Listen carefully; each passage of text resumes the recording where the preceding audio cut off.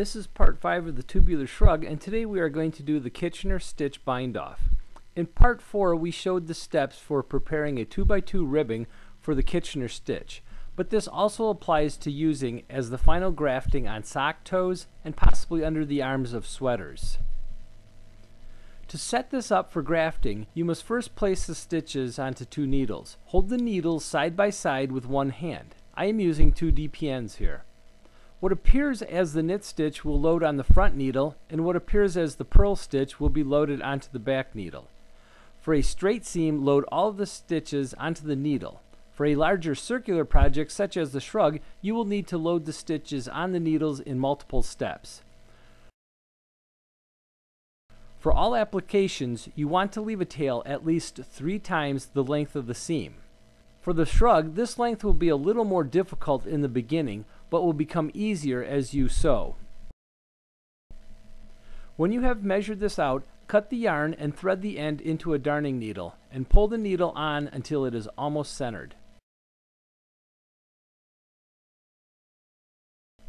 Pull the stitches towards the point or the end of the needles and begin to direct the needle through the front stitch purlwise. Pull the yarn through, leaving the stitch on the needle.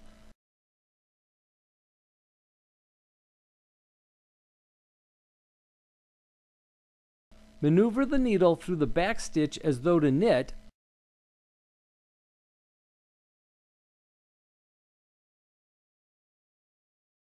again pull the yarn through, leaving the stitch on the needle.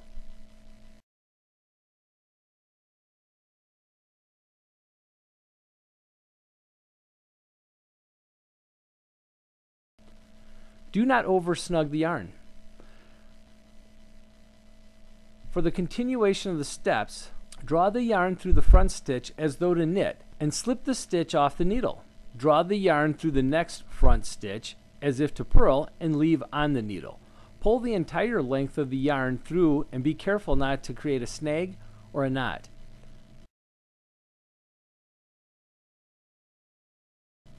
Next, draw the yarn through the back stitch as if to purl and slip off the needle. Draw the yarn through the second stitch as though to knit and leave this stitch on the needle.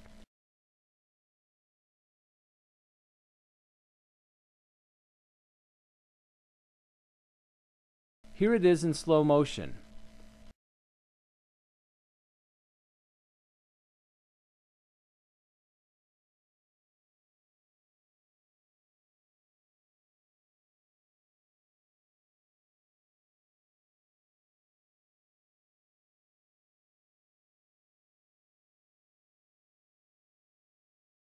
Repeat these 4 steps over and over until you have crossed the garment.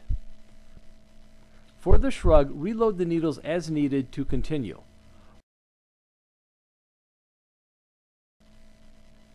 Once you have finished around the shrug, I usually try to find a couple of stitches to place on the needles and continue with the steps to help close the gap.